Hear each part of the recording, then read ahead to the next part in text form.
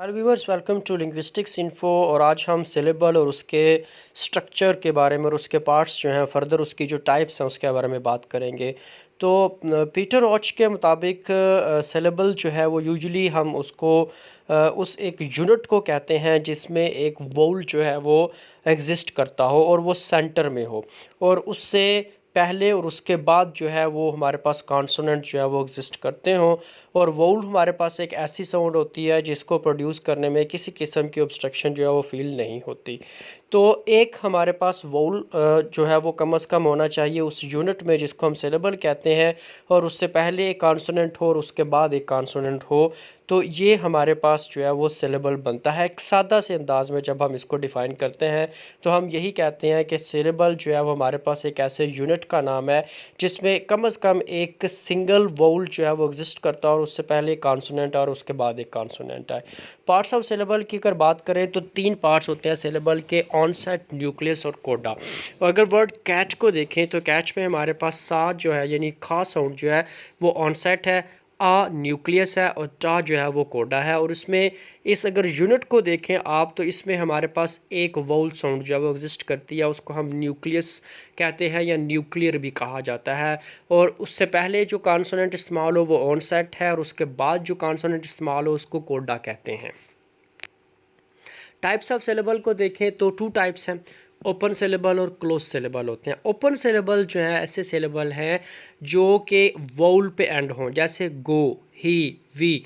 तो ये वोल पे एंड हो रहे हैं, यानी इन वोल से पहले तो कॉन्सोनेंट है, बाद में कॉन्सोनेंट नहीं है। इस स्ट्रक्चर को जो है वो हम ओपन सिलेबल कहेंगे। क्लोज्ड सिलेबल जो है वो अंडरस्टूड फिर होगा कि हमारे पास एक ऐसा सिलेबल है जो कि कॉन्सोनेंट पे एंड हो रहा है, यानी कोडा पे एंड हो रहा है। जैसे आप वर्ड ईट को देखें, कैट को देखें, बैट को देखें, कैट को देखें, इनके एंड पे जो है वो हमारे पास कॉन्सोनेंट साउंड आ रही है यानी कोडा आ रहा है। तो ऐसा हमारे पास सिलेबल जो कि एंड पे कोडा रखता हो वो क्लोज्ड सिलेबल कहलाता है। बाइनरी स्ट्रक्चर ऑफ सिलेबल क्या होता है? बाइनरी स्ट्रक्चर जो है वो इस हिसाब से होगा कि जब भी हम किसी सिलेबल को डिवाइड करेंगे तो सबसे पहले हम ऑन सेट उसमें से निकालेंगे, यानी वोल से पहले वाला जो कॉन्सोनेंट है ऑन सेट, फिर वोल और उसके बाद वाला जो कॉन्सोनेंट है वो दोनों मिला के बनाएंगे राइम। फिर राइम को फर्दर जब हम डिवाइड करेंगे तो उसमें से हम न्यूक्लियस यानी कॉन्सोनेंट निकालेंगे और फिर उसके बाद जो है वो कोडा निकलेगा।